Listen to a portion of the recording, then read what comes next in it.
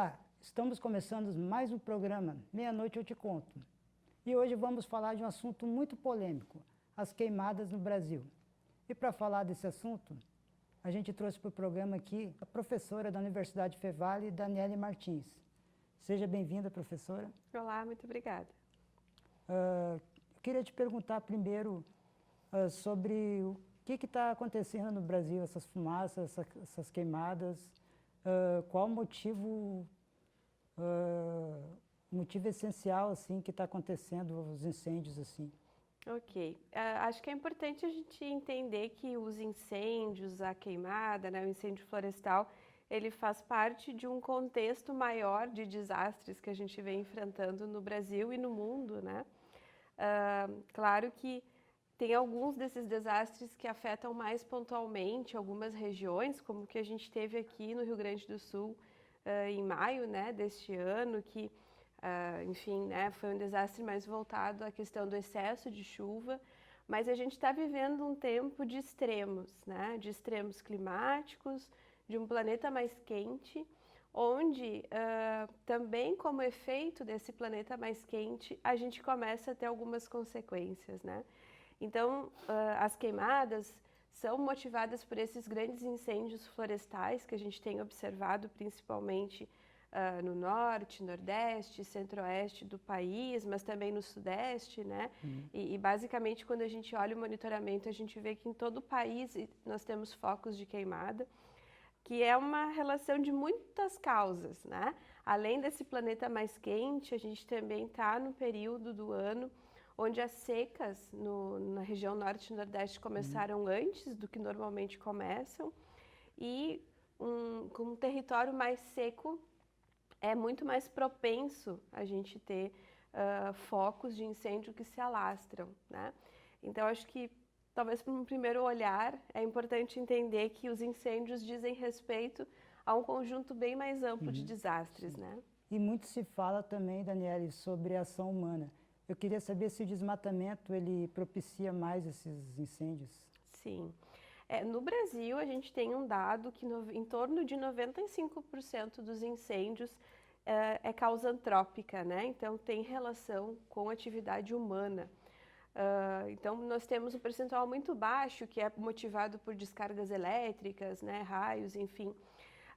Então, a nossa relação com o ambiente é uma relação bastante complexa, né? E em muitos momentos de tamanho desrespeito, que pequenas ações, como pequenos focos de incêndio até para manuseio da área rural, né, manuseio de pasto, enfim, acabam se tornando esses focos que se alastram por um território muito grande, né?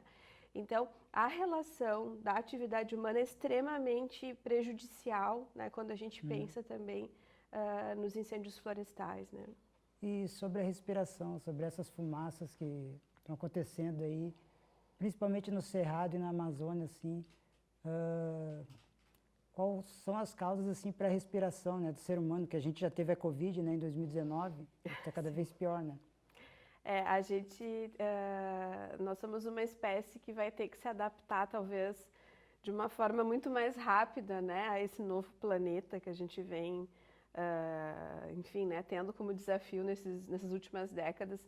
E, claro, tem um dos efeitos, né, dos incêndios florestais, das queimadas, são os prejuízos à saúde, né, a saúde humana, obviamente não só a humana, né, mas para nós talvez um dos aspectos interessantes da gente pensar é que isso não tem ficado restrito só aos locais onde temos os focos de incêndio, né? Tanto é que nós aqui no sul do país, né, no ponto mais extremo, estamos tendo dias com os piores indicadores de qualidade do ar. Isso demonstra o quanto nós vivemos num planeta onde tudo está conectado. A mesma coisa acontece com as chuvas, né? Nós aqui recebemos um índice pluviométrico bem importante de água, de chuva, né? Que evapora lá da região amazônica. Então, está tudo tão conectado que a gente precisa olhar para esses desastres, como este agora que a gente está vivendo, né? Como sendo algo que precisa de uma força-tarefa, basicamente de todos os estados, né? E nós precisamos de orientação para a população de um modo geral, orientação obviamente para quem já é um pouco mais vulnerável, então a gente tem crianças, idosos, gestantes, enfim, pessoas que acabam tendo maiores prejuízos, né, para o sistema respiratório em função dessa baixíssima qualidade do ar. Na quinta-feira passada agora, né, dia 12, Porto Alegre, por exemplo, foi a segunda cidade com o pior índice de qualidade do ar, né, só perdendo para São Paulo. E mesmo nós não tendo tanto foco de incêndio próximo, né? Então, a gente vai ter que ter mecanismos de orientação, né? As pessoas estão buscando até se proteger usando barreiras físicas, como as próprias máscaras, mas é uma preocupação que vai exigir um esforço muito grande. E isso não tem acontecido só no Brasil também. Lamentavelmente, incêndios florestais têm crescido no mundo inteiro, né? Então, sim, uma das preocupações é a saúde e a gente vai ter que olhar para isso, né? Criar planos, inclusive, para a gente conseguir se proteger mais, porque quando ocorrer esses eventos, como que a gente está vendo agora, muitas pessoas passam a sofrer, aumentam as internações, né? E sem falar, obviamente, das outras espécies, né? De todo o ecossistema que acaba sendo prejudicado. Professora, tu como pesquisadora, assim, como salvar assim, as espécies do bioma, tipo a floresta, a fauna, a flora? Sim. Há uma preocupação atual muito grande com o próprio desaparecimento dos biomas. Nós temos estudos já de algumas décadas demonstrando que o desmatamento, por exemplo, da Amazônia, ele pode gerar uma situação de savanização nessa região, que é uma situação irreversível. A gente perde esse bioma.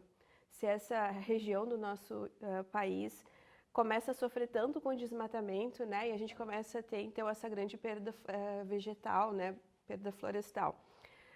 Então, sim, hoje, alguns biomas como a Amazônia, o próprio Pantanal, né, o Pantanal já teve 30% da sua área inundada perdida.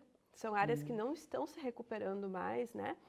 E até o final do século a gente corre um risco bem grande desses biomas desaparecerem. Com isso, a gente perde uma riqueza assim, de biodiversidade, né? Como eu falei antes, está tudo conectado, água, chuva, né? Qualidade do ar. Então, o desaparecimento ou o grande prejuízo desses biomas vai resultar em prejuízos em outras regiões do Brasil, da América Latina. Então, é fundamental que se olhe e se invista muito forte na recomposição vegetal, na fiscalização, né? Em a gente criar meios de produção agrícola e rural mais sustentáveis, né? E isso tem que ser um investimento pesado, massivo, né? Porque a gente está falando em situações que não retornam mais.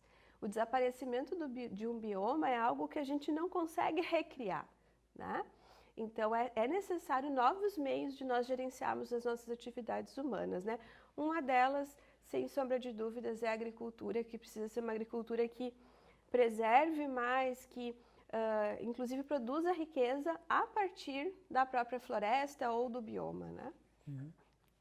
E sobre esses eventos climáticos, assim, o que os pesquisadores falam, assim, sobre o extremo tipo da chuva, por exemplo? Às vezes tem época que tem muita seca e tem época que tem muita chuva, né? Sim. Esse é um dos itens assim, que traz para a gente uma característica desse aquecimento global, né? E das mudanças climáticas que a gente vive. Esses extremos, né? Na natureza, a gente tem um mecanismo de equilíbrio natural desses eventos. Então, obviamente, sempre existiram um ou outro evento extremo, mas não tão frequente, né?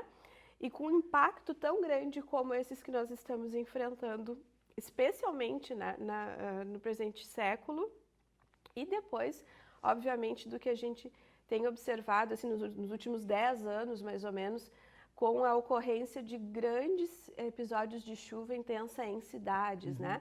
Hoje a gente está vivendo aqui no Brasil, então, uma seca importante, né? Estiagem, queimadas, e nós temos regiões no planeta com tempestades severas. Então, esses extremos, eles são indicativos, né, de que o nosso clima está mudando. A questão é que se nós continuarmos emitindo a quantidade de gases geradores, né, de efeito estufa, gases poluentes, como a gente vem gerando,